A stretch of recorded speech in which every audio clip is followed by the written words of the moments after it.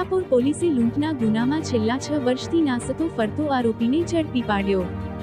પોલીસે આરોપી સુભાષ નગરા કટારાને ભરૂચના પાલેજ ગામ જીઆઈડીસી વિસ્તારમાંથી ઝડપી પાડ્યો।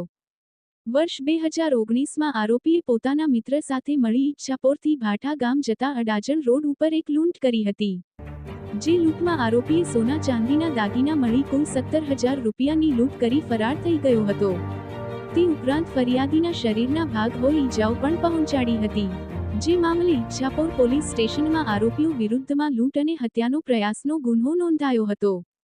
જેથી આરોપી પોલીસથી બચવા માટે આજ દિન સુધી નાસતો ફરતો હતો। Bureau report, Surat.